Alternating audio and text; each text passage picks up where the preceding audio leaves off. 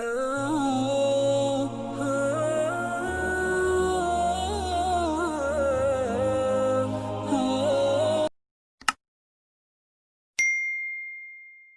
kita katakan jadikan kebiasaan buat benda-benda sunnah.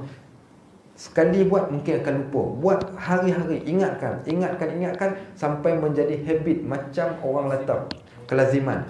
Orang latah ni bukan dia lahir-lahir dah latah dah, tak. Dia latah ni asal daripada dibuat-buat. Akhirnya benda tu jadi macam kebiasaan. Bila dah kita tiap-tiap hari buat tu, bila kita selesai saja nak keluar toilet tu tak ambil wuduk ni rasa macam tak boleh. Dia janggal, mesti nak ambil wuduk juga. Masuk ke toilet, selesai, kita mesti ambil wuduk. Dah jadi satu kebiasaan. Mandi selesai, ambil wuduk. Sebab dah jadi satu kebiasaan.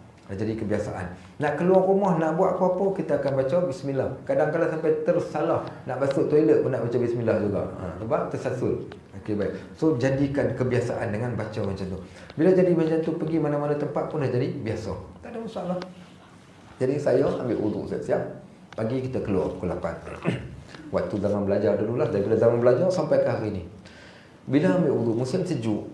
Okey, saya akan solat Zuhur akan masuk sekitar hampir pukul 11, dalam 10 lebih. Sedang 2 jam setengah tu sempat. Okey dah. So saya tak akan makan. Saya tak akan sarapan lagi pada pagi tu, sebab saya akan makan tengah hari sekali pukul 11. Lepas solat Zuhur baru saya akan pergi makan tengah hari. Okey, so saya akan jaga wuduk saya sampai waktu Zuhur. Kemudian saya akan kebiasaannya, sebab jarak pergi ke masjid teramat jauh. Dia bukan macam kat sini boleh jumpa surau di merata tempat. Walaupun dia negara Arab, tapi susah nak jumpa.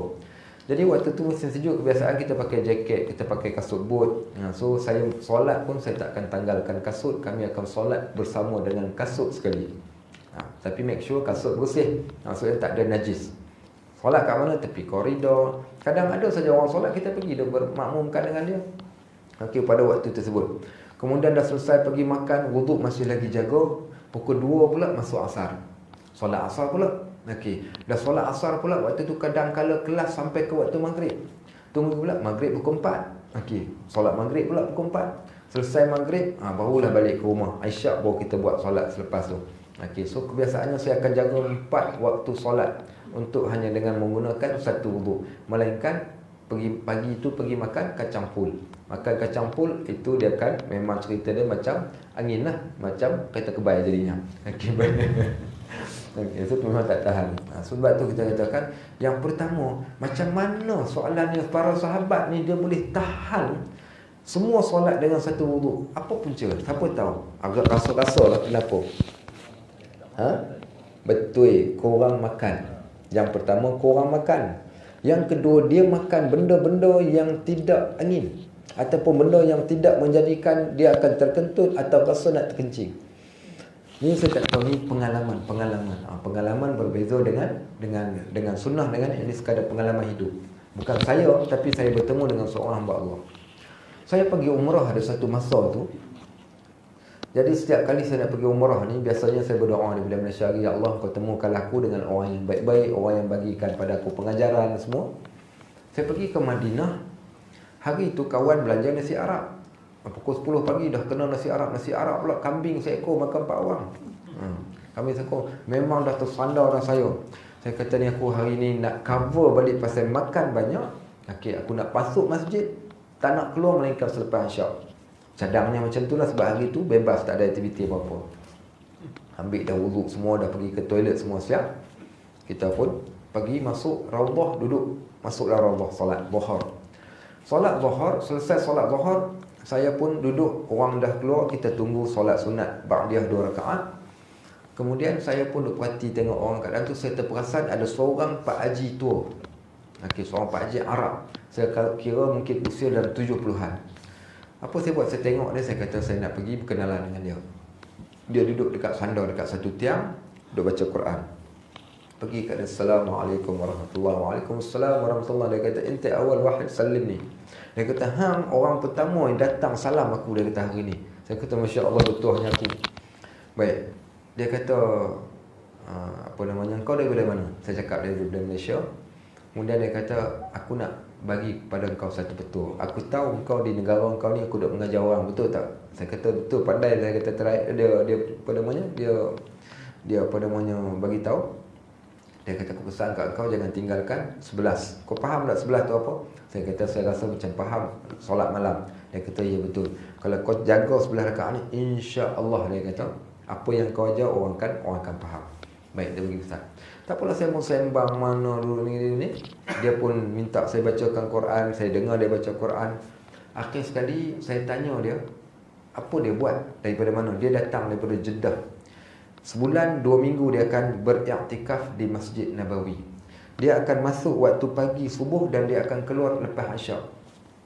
Tiap-tiap hari selama 2 minggu. Sebulan 2 minggu dia akan duduk kat dalam tu.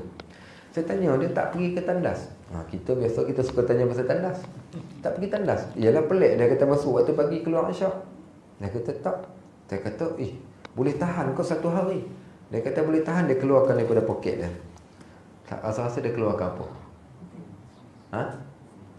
Dia keluar apa? Tasbih? Dia keluar kat dalam poket dia tu, buah kurma, kacang pistachio tu, kacang cerdik. Dia kata kalau kau nak jaga supaya kau tak terasa nak buang air apa semua, dia kata kacang cerdik. Kemudian kurma, kemudian air zam-zam. Air kurma berapa biji? Berapa biji kurma? Kurma dia makan tak banyak pun. Saya ingat dia kata dalam dia makan sepanjang sehari, yang kalau dia duduk kalau hari yang dia tak puasa tu dalam segenggam. Segenggam tu saya kira mungkin 6-7 biji macam tu lah kot. Dia makan. Banyak tu sahaja yang dia makan untuk sehari. Untuk sehari. Dan minum air zam-zam bila dahaga. Kita minum air zam-zam tapi rasa nak terkencing juga. Kenapa? Siapa tahu? Pasal apa kita minum air zam-zam nak terkencing? Mau tak terkencingnya balas masuk minum, keluar minum, 2 gelas kali minum, 3 gelas. Memang terkencing lah cerita dia. Dia minum bila perlu. Minum bila perlu. Kemudian minum juga waktu yang sama. Ramai orang yang dia tak buat. Ma'u zam-zam lima syuriba minhu. Air zam-zam ni pada apa yang kamu niatkan. Waktu nak minum air zam-zam tu apa nak sebut? Niat, ya Allah jadikan air ini syifa bagi diri aku. Ya Allah jadikan.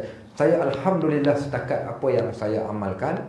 Setiap kali mula-mula sampai saya akan minum air zam-zam. Niat saya yang pertama waktu minum air zam-zam, ya Allah sepanjang keberadaan aku di Madinah, Engkau jauhilah aku daripada sebarang penyakit dengan berkat air zam-zam, berkat bumi Mekah, berkat bumi Madinah ni ya Allah. Alhamdulillah. Walaupun batuk. Alhamdulillah walaupun batuk kita tak batuk. Tapi adalah pantang-pantang dia yang lain. Tapi poinnya biasakan. Tapi dengan syarat bukan kurma rutab. Bukan kurma rutab. Kurma rutab memang buat kurma rutab itu kurma yang fresh. Dia macam buah juga fungsi dia. Kurma yang kering. Kurma yang kering. Kurma yang kering itu kurma yang baik. Kurma yang kering itu adalah kurma yang baik. Minum dengan air zam-zam bila perlu dan juga sedikit kacang. Dia kata dia gunakan satu wuduk untuk 5 waktu solat. Tanya dia buat apa? Dia kata ni baca Quran. Saya tanya dia khatam berapa sebulan berapa kali? Dia kata sehari sekali. Sehari sekali khatam Quran. Tapi kalau siapa baca dalam sunnah, Nabi SAW pernah larang sahabat khatam Al-Quran sehari sekali. Sekurang-kurangnya 3 hari sekali. Khatamlah Al-Quran paling maksimum yang kita boleh buat. Jangan khatam tiap-tiap hari, tapi 3 hari sekali. Masalahnya Ustaz, 30 bulan tak khatam-khatam lagi. Jangan kata 3 hari, 30 bulan tak khatam-khatam lagi. Baik. So, yang paling maksimum, paling rajin 3 hari sekali, itulah yang paling terbaik. Kerana ada di dalam sunnah Nabi SAW. Baik.